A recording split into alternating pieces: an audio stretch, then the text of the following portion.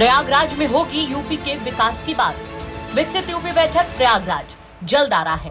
Agriculture विकसित करने की दिशा में भी यह कार्य किया जा रहा है। लखनऊ में मुख्यमंत्री योगी आदित्यनाथ की अध्यक्षता में उत्तर प्रदेश सरकार और विभिन्न प्रतिष्ठित राष्ट्रीय व अंतर्राष्ट्रीय संस्थानों तथा कंपनियों के बीच कई समझौता ज्ञापनों पर हस्ताक्षर किए गए। ये समझौते Uttar Pradesh agriculture growth and enterprise ecosystem strengthening project के तहत किए गए हैं। परियोजना का उद्देश्य कृषि क्षेत्र को मजबूत करना, किसानों की आय बढ़ाना और आधुनिक तकनीक के माध्यम से कृषि आधारित उद्यमों को बढ़ावा देना है। एग्रीकल्चर विकसित करने की दिशा में भी यह कार्य किया जा रहा है। यह कृषि के लिए एक ऐसा डिजिटल पब्लिक इंफ्रास्ट्रक्चर होगा जिसका कॉन्सेप्ट यूपीआई और ओएनडीसी जैसे ओपन डिजिटल नेटवर्क मॉडल से ही प्रेरित है।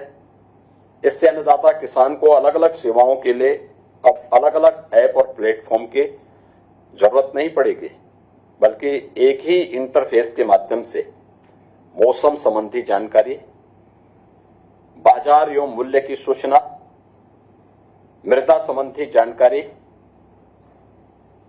कृषि सलाह तथा विभिन्न एग्रीटेक सेवाओं तक उसकी पहुंच को भी उपलब्ध कराना हमारा लक्ष्य है। दूसरी ओर एग्रीटेक स्टार्टअप और कंपनियां भी खुले नेटवर्क के माध्यम से बड़ी संख्या में किसानों तक अपनी सेवाएं इसके माध्यम से पहुंचा सकेंगे। हमारा लक्ष्य लागत को कम करना, कम संसाधन लेकिन अधिक आय और वैश्विक बाजार के अनुरूप गुणवत्ता उपलब्ध कराना भी है। यूपी एग्रीज के अंतर्गत धान और गेहूं के क्लाइमेट रेजिलिएंट कमोडिटी क्लस्टर विकसित करने के लिए आईटीसी के साथ भी यहां पर साझेदारी की जा रही है। 2 लाख एकड़ से अधिक क्षेत्र में क्लाइमेट स्मार्ट एग्रीकल्चर का विस्तार प्रस्तावित है। इसमें आधुनिक पद्धतियां जैसे जीरो टिलेज यानी शून्य जुताई, direct seated rice, climate resilient उन्नत बीज, प्रिसीजन न्यूट्रिएंट मैनेजमेंट सम्मिलित होगी।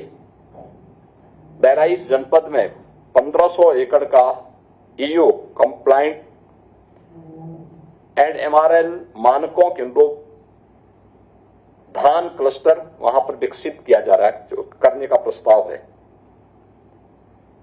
किसान की प्रति एकड़ आय में 20 से 30% की वृद्धि का एक लक्ष्य रखा गया है।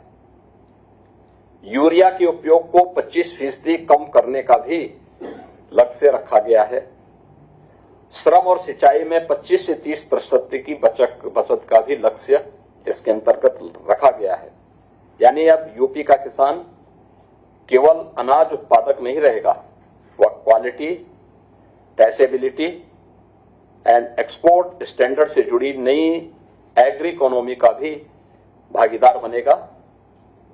यूपी एग्रीज के अंतर्गत धान, गेहूं, मिर्च, मक्का, हरी मटर और टमाटर जैसी फसलों के लिए भी प्रमुख निजी कंपनियों के साथ यहां पे साझेदारी की जा रही है, जिससे अन्नदाता किसान बाजार और खरीद की बेहतर व्यवस्था भी उसे उपलब्ध हो पाएगी।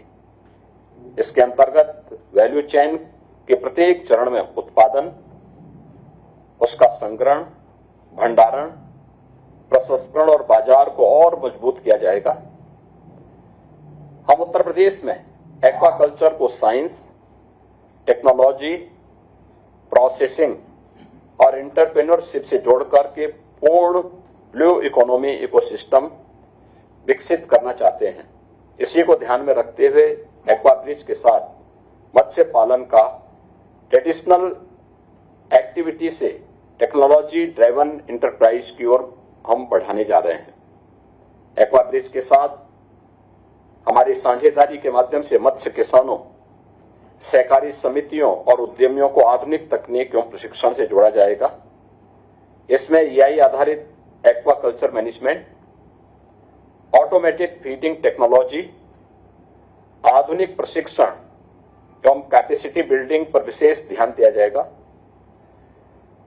यूपी एग्रीज के अंतर्गत उन्नाव में आईएमसी इंडस्ट्रियल कॉरिडोर के अंतर्गत 60 एकड़ क्षेत्र में इंटीग्रेटेड एक्वाकल्चर परियोजना यहां पर विकसित की जा रही है।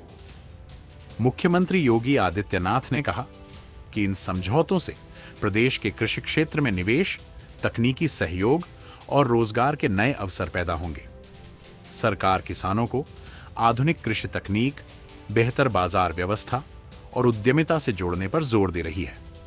राष्ट्रीय और अंतर्राष्ट्रीय संस्थानों के सहयोग से कृषि उत्पादन बढ़ाने के साथ साथ मूल्य संवर्धन, प्रसंस्करण और निर्यात को भी प्रोत्साहन मिलेगा, जिससे ग्रामीण अर्थव्यवस्था मजबूत होगी।